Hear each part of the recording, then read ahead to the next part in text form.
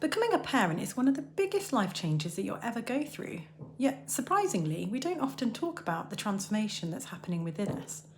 So, firstly, let's introduce myself.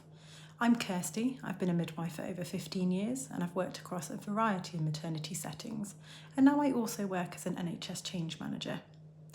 But most importantly, I'm a mum to 3 children, so I've also experienced many of these changes myself. And one of the things that I loved most about my roles is the opportunity to work with people through periods of change, challenge, and growth.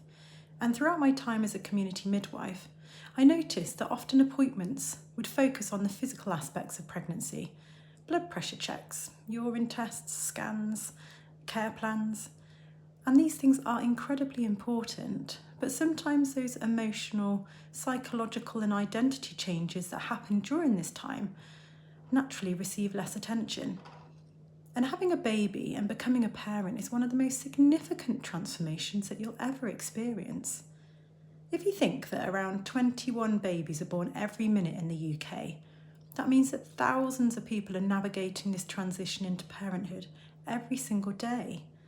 And we spend a lot of time preparing for the practical elements of having a baby, choosing the right pram, or learning about labour and birth, researching what feeding options there are. But what's often overlooked is how we prepare ourselves for the changes happening internally. How do we support ourselves through this evolution? And how do we adapt to changes in our identity, our relationships, our confidence, and the way that we see ourselves as mothers, fathers, and parents? And that's exactly what this space is dedicated to.